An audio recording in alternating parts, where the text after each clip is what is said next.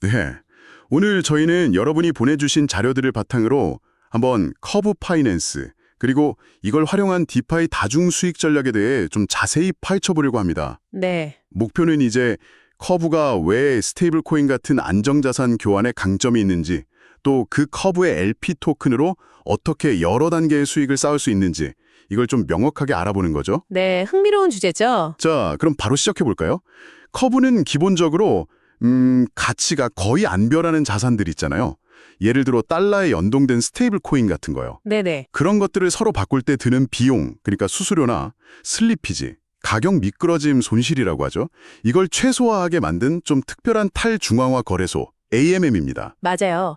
여기서 자료들이 딱 짚어주는 게 커브의 핵심 기술, 바로 그 스테이블 스왑 알고리즘인데요. 아, 스테이블 스왑이요? 네, 이게 뭐냐면 비슷한 가치의 자산을 교환할 때 교환 비율이 거의 1대1에서 크게 안 벗어나도록 수학적으로 굉장히 정교하게 설계된 모델이에요.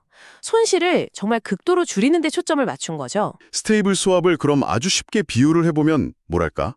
1달러짜리 코인을 다른 1달러짜리 코인으로 바꾸는데 거의 손해 없이 1대1로 딱 맞춰주는 아주 정밀한 환전기계, 뭐 이런 느낌이겠네요. 네, 아주 좋은 비유인데요. 보통 다른 탈중앙화 거래소에서는 이런 교환에도 약간 손실이 생길 수 있는데 커브는 그 부분을 확 줄였다는 거군요. 자료에도 나오듯이 뭐 USDC랑 DAI 교환할 때나 그렇죠. 아니면 비트코인을 다른 체인에서 쓰게 만든 WBTC랑 렌BTC 같은 거 교환할 때 진짜 유용하겠네요. 네, 맞습니다. 스테이블 스왑이 왜 그렇게 효과적인가 하면 그 유사 가치 자산 교환에 최적화된 수학 공식 덕분에 슬리피지가 거의 없어요. 그리고 수수료도 엄청 낮죠. 자료 보면 약 0.04% 수준이니까요. 와, 0.04%요? 네, 그러니까 변동성 큰 자산보다는 안정성에 딱 집중한 설계 철학이 보이는 거죠. 자, 이제 여기서부터가 진짜 재밌어지는데요. 커브에 유동성을 넣으면 예를 들어 USDC랑 DAI를 같이 이렇게 맡기면 증표로 LP 토큰이란 걸 받잖아요. 네, 그렇죠. 유동성 공급 증표. 이게 일종의 내가 여기 이만큼 맡겼다 하는 영수증 같은 건데 중요한 건 이 영수증 자체가 또 다른 가치를 가진 자산으로 취급된다는 거예요. 이게 핵심이죠. 맞아요. 여기서 첫 번째 수익이 나오는 거고요.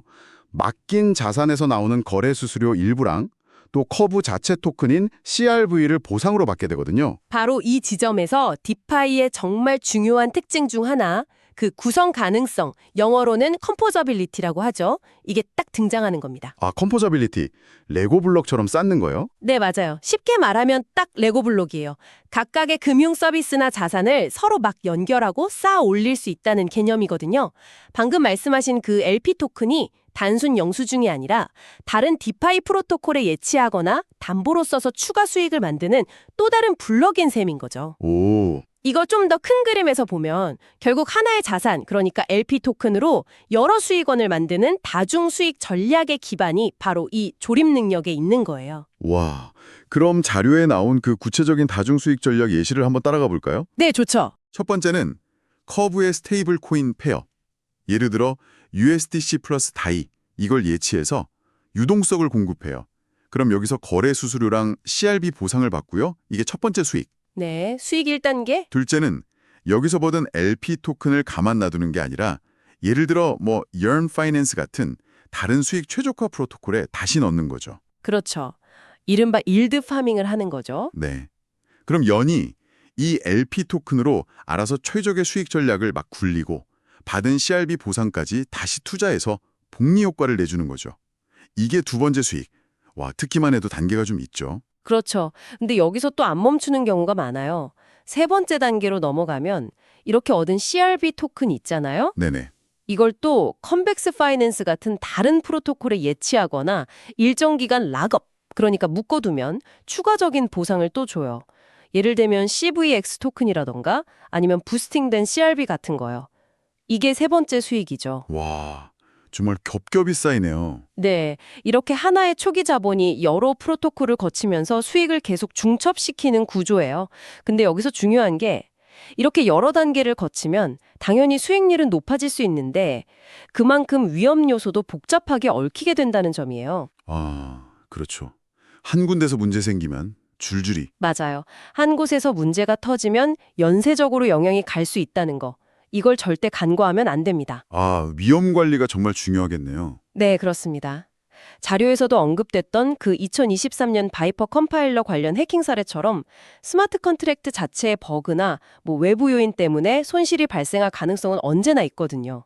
그래서 꾸준한 보안 감사가 진짜 필수적이고요. 또 버더스 측만도 중요해요. CRV 토큰을 락업해서 얻는 VCRV라는 게 있는데 이게 단순히 수익만 늘리는 게 아니라 커브의 운영 방향 결정? 예를 들면 어떤 유동성 풀에 CRV 보상을 더 줄지 같은 거에 투표할 권한을 주거든요. 아, 투표권까지? 네, 그리고 커브가 이더리움뿐만 아니라 요즘엔 티온이나 팬텀 같은 다른 블록체인으로 생태계를 확장하려는 움직임도 이런 맥락에서 좀 주목해 볼 만하고요. 자, 그럼 핵심을 좀 정리해보면요. 커브 파이낸스는 스테이블 코인 같은 안정적인 자산을 아주 효율적으로 교환하게 해주는 중요한 인프라고, 네, 그렇죠. 기반 시설이죠. 그리고 여기서 나오는 LP 토큰은 그냥 증표가 아니라 디파이의 다른 서비스들이랑 레고 블록처럼 결합해서 여러 단계의 수익 창출 기회를 준다는 거. 맞습니다. 이게 여러분께 어떤 의미냐면 바로 디파이 프로토콜들이 어떻게 서로 막 상호작용하면서 하나의 자본으로 이렇게 복합적인 금융 전략을 짤 수 있는지를 보여주는 아주 구체적인 예시라는 거죠. 네, 마지막으로 한번 이런 질문을 던져볼 수 있을 것 같아요. 하나의 자산, 심지어 LP 토큰 같은 영수증조차도 여러 프로토콜 위에서 동시에 다른 역할을 하면서 가치를 만들어내는 이 놀라운 조립 가능성, 이 컴포저빌리티 말이에요. 네네. 이게 앞으로 디파이 생태계에 어떤 진짜 혁신적인 서비스나 기회를 가져다 줄까? 반대로 우리가 아직 예상하지 못한 되게 복잡하고 새로운 형태의 위험을 또 초래할 가능성은 없을까? 이런 질문이요. 정말 생각해볼 만한 질문이네요. 네. 이 질문은 오늘 살펴본 자료에 직접적인 답은 없지만 우리가 나눈 내용을 바탕으로 여러분 스스로 좀 더 깊이 탐구해 보실 만한 흥미로운 지점이라고 생각합니다.